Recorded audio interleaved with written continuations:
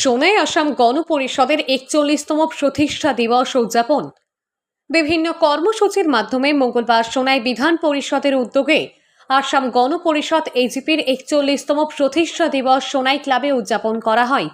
দিনটির সূচনা হয় দলীয় পতাকা উত্তোলনের মাধ্যমে, যা সম্পূর্ণ করেন এজিপি সংখ্যালঘু পরিষদের সাধারণ সম্পাদিকা আয়েশা সুলতানা লস্কর সহ অন্যান্য বিশিষ্ট নেতা কর্মীরা।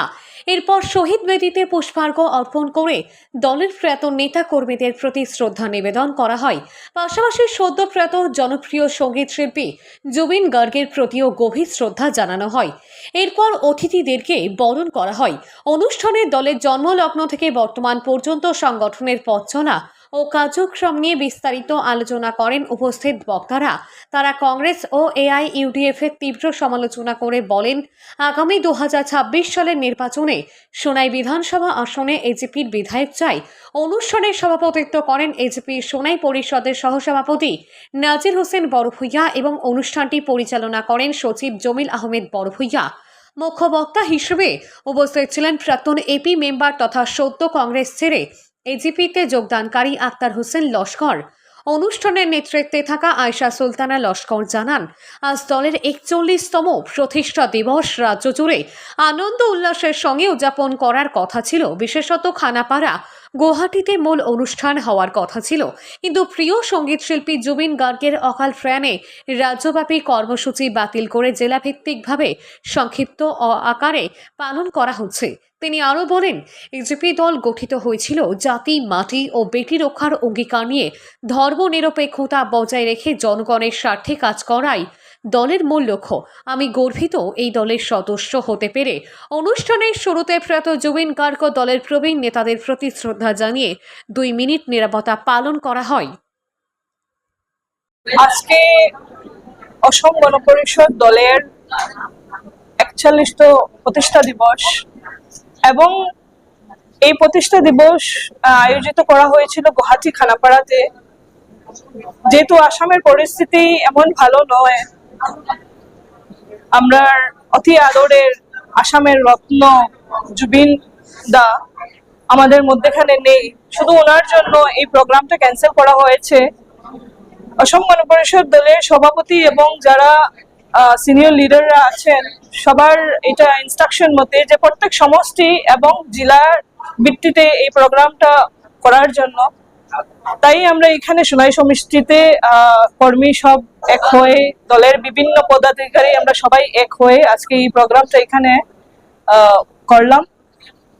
আজকে আপনারা নিশ্চয়ই জানেন যে অসম গণপরিষদ দলের জন্ম বিশাল বড় একটি 6 বছরের আন্দোলনের পরে জন্ম হয়েছিল। তার সঙ্গে 855 যারা শহীদ হয়েছেন এই দেশের জন্য, আসামের জনগণের জন্য। আজকের দিনেও সেই 855 যারা ছিলেন আসামের লোক, ওদের রক্ত এই আসামের বুকুতে আজকের দিনও জীবিত আছে। আজকে আমি যারা আমাদের সিনিয়র লিডার ছিলেন বরাকভ্যালিতে, আমি আজকে ওনাদের কথা অনেক আমার মনে পড়েছে। যে প্রাক্তন মরহুম শহীদুল আলম চৌধুরী, মরহুম আনোয়ার হোসেন লস্কর এবং জয়প্রকাশ তিওয়ারি থেকে নিয়ে অনেক অবদান রয়েছে এই দলের প্রতি। সো আজকে সবার কথা অনেক মনে পড়লো আমাদের। আমরা সবাইকে আজকে অনেক মিস করলাম, আমি এটাই বলবো। আজকে আমাদের যে প্রোগ্রাম ছিল, যে প্রোগ্রামটা ক্যান্সেল করা হয়েছে কারণ প্রতিষ্ঠা দিবস অসম গণপরিষদের দলের জন্য এবং কর্মীদের জন্য অনেক বড় কথা আজকে আমাদের জন্য। কিন্তু জুবিনদার জন্য যে আমাদের যে ভালোবাসা সবার, জুবিনদার জন্য আজকে এই প্রোগ্রামটা ক্যান্সেল করা হয়। আমি জুবিনদার জন্য একটা কথা বলতে চাই যে জুবিনদা শুধু একজন ভালো সিঙ্গার ছিলেন না, অনেক ভালো একজন ব্যক্তি ছিলেন। অনেক কিছু আমাদেরকে যাওয়ার সময় শিখিয়ে গিয়েছেন এবং জুবিনদার সঙ্গে আমার একবার দেখা হয়েছিল। জুবিনদা আমাকে বলেছিলেন যে ভালো মানুষ এবং ভালো লিডার আজকের দিনে অনেক কম।